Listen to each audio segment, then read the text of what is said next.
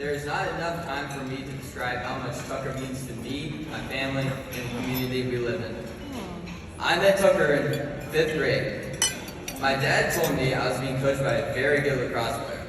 I had no idea who he was until my older brother, Porter, started talking about him all the time. From the first time I met him to present day, Tucker's attitude to being the most dominant player on the field demonstrates who he is as a person. During COVID, he would come over to my house every day and shoot lacrosse to get better for a season that was months away.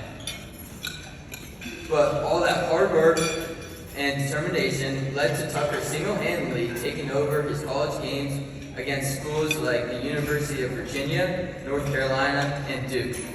I mean, every day he shot. He was so energetic every time I saw him. For example, one time during a tournament event, I scored a goal. I have never seen a coach get so enthusiastic and excited about a 6th grader scoring a goal. He ran up to me and gave me a side bump. He is someone who sets the standard for generations to follow, and I am very lucky to have someone like Tucker to look up to. Now, on a more personal note, I'll be completely honest when I say in my 3 decades at Edison High School, I've met countless students in all forms. But if you would have told me when Tucker arrived as a freshman in 2013 that he would be an Edison board member now, you could have knocked me over with a feather. I'll just end by saying I have lots of stories. From having to leave my classroom due to uncontrollable laughter his freshman year to becoming a Georgetown MBA graduate and a midfielder for the Maryland Whipsnakes. I'm sure you will enjoy hearing from this remarkable young man. There's a video. Well, we have the 6th overall pick. The Whipsnakes Lacrosse Club have selected Tucker Dordevic. Attack, Georgetown University. Between the legs! Are you kidding me? When he plants his foot, he is different. He's so explosive with that plant foot. And coming out and being shot ready right away, there's no Dodger in this draft close to Tucker Dordevic.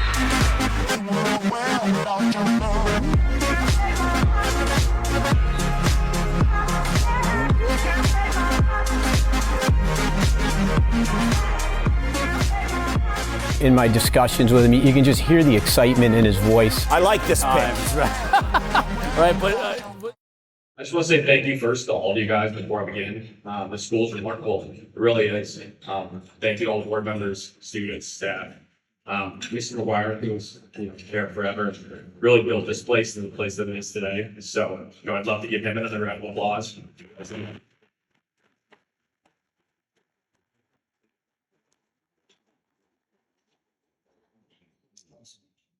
10 years ago, I stood in front of a room just like this one, talking about what it was like to grow up with dyslexia and ADHD. At the time, I described the frustration, watching my classmates breeze through books while I struggled to read a page. Needing extra time on tests, never quite being able to sit still, and I believe then, as so many students do now, that these were obstacles, that I had to fight against my own brain just to keep up. I was wrong. Because what I've learned since is that these so-called disabilities weren't barriers. They were gifts. Gifts that set me apart. Gifts that made me better at the things that actually matter in the real world. And the reason I've become this realization, the reason that I'm here today, is at Edison High School.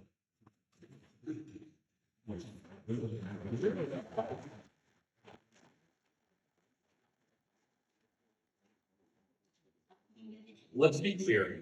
Edison High School doesn't just teach students, it transforms them. For years, I sat in classrooms where I was expected to learn the same way as everyone else. To read at the same pace, to sit still, to take in information in a way that was simply not how my brain worked. And when I struggled, the system told me that I was the problem. Edison flipped that script.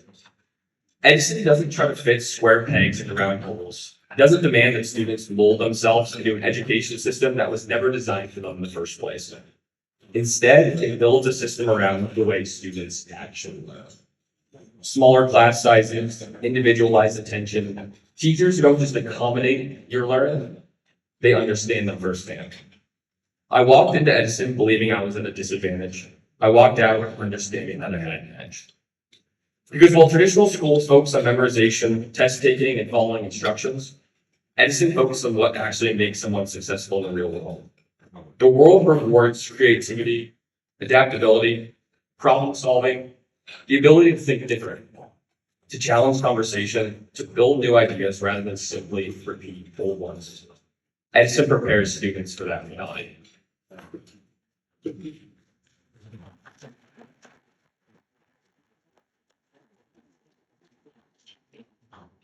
For most of my life, dyslexia felt like a burden.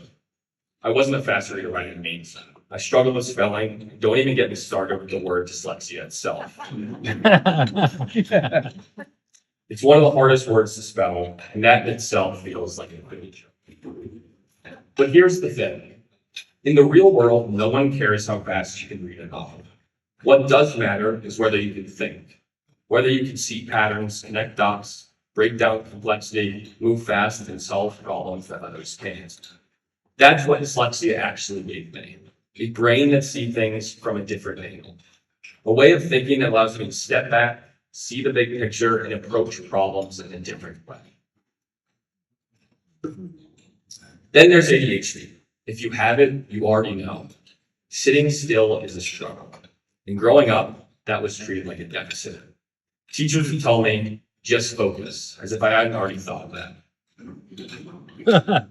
But what I eventually realized is that ADHD isn't about lack of focus, it's about selective focus. If I was bored, my brain was all over the place. But when I found something I was truly passionate about, lacrosse, business, competition in general, I could lock in with an intensity that most people could not match. And that's the key. ADHD isn't a weakness, it's an amplifier. If you harness that energy and direct it towards something that you love, you can dominate at that. I found my focus through sports and business, and that's where the real power of ADHD lies. The ability to pour every ounce of energy into what matters most to you. So instead of fighting it, I learned how to work with it.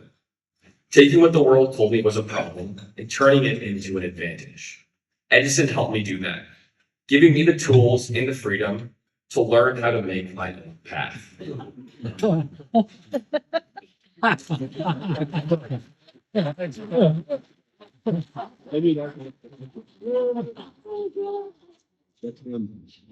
Let's be honest about something.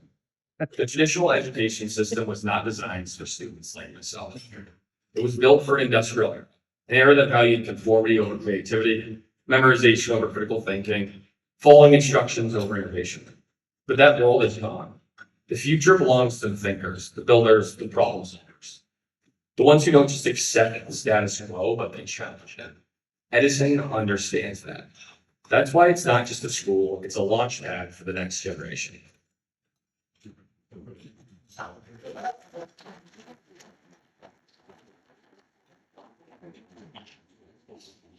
Now here's the reality. Edison is the only high school in Oregon and Washington designed specifically for students with learning differences. And the only reason it can continue changing lives is because of people like you all.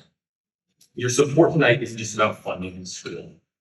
It's about investing in the future of students who, without Edison, might never get the chance to see their full potential.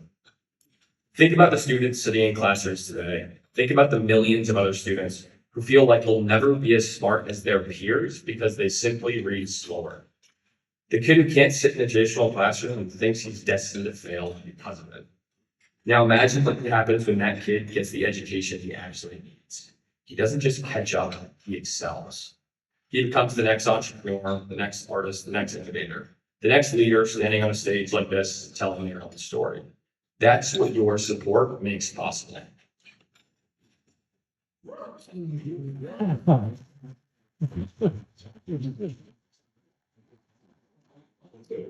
If you had asked me 10 years ago if I'd ever be giving this speech, I would have laughed in your face. 10 years ago, I was just trying to survive school, believing I was always going to be a step behind my peers. Now, I wouldn't trade my dyslexia or ADHD for anything. They didn't hold me back, they pushed me forward. They forced me to think differently, to work harder, to build the skills that actually matter. Edison gave me this foundation to do so. And now it's our turn to ensure that this opportunity exists for every student that needs it. So tonight I'm asking you, invest in these students, invest in this school, invest in the power of thinking differently. Because when you do, you're not just giving these kids a chance, you're creating a future that's more innovative and more capable of solving the real challenges of tomorrow. Thank you.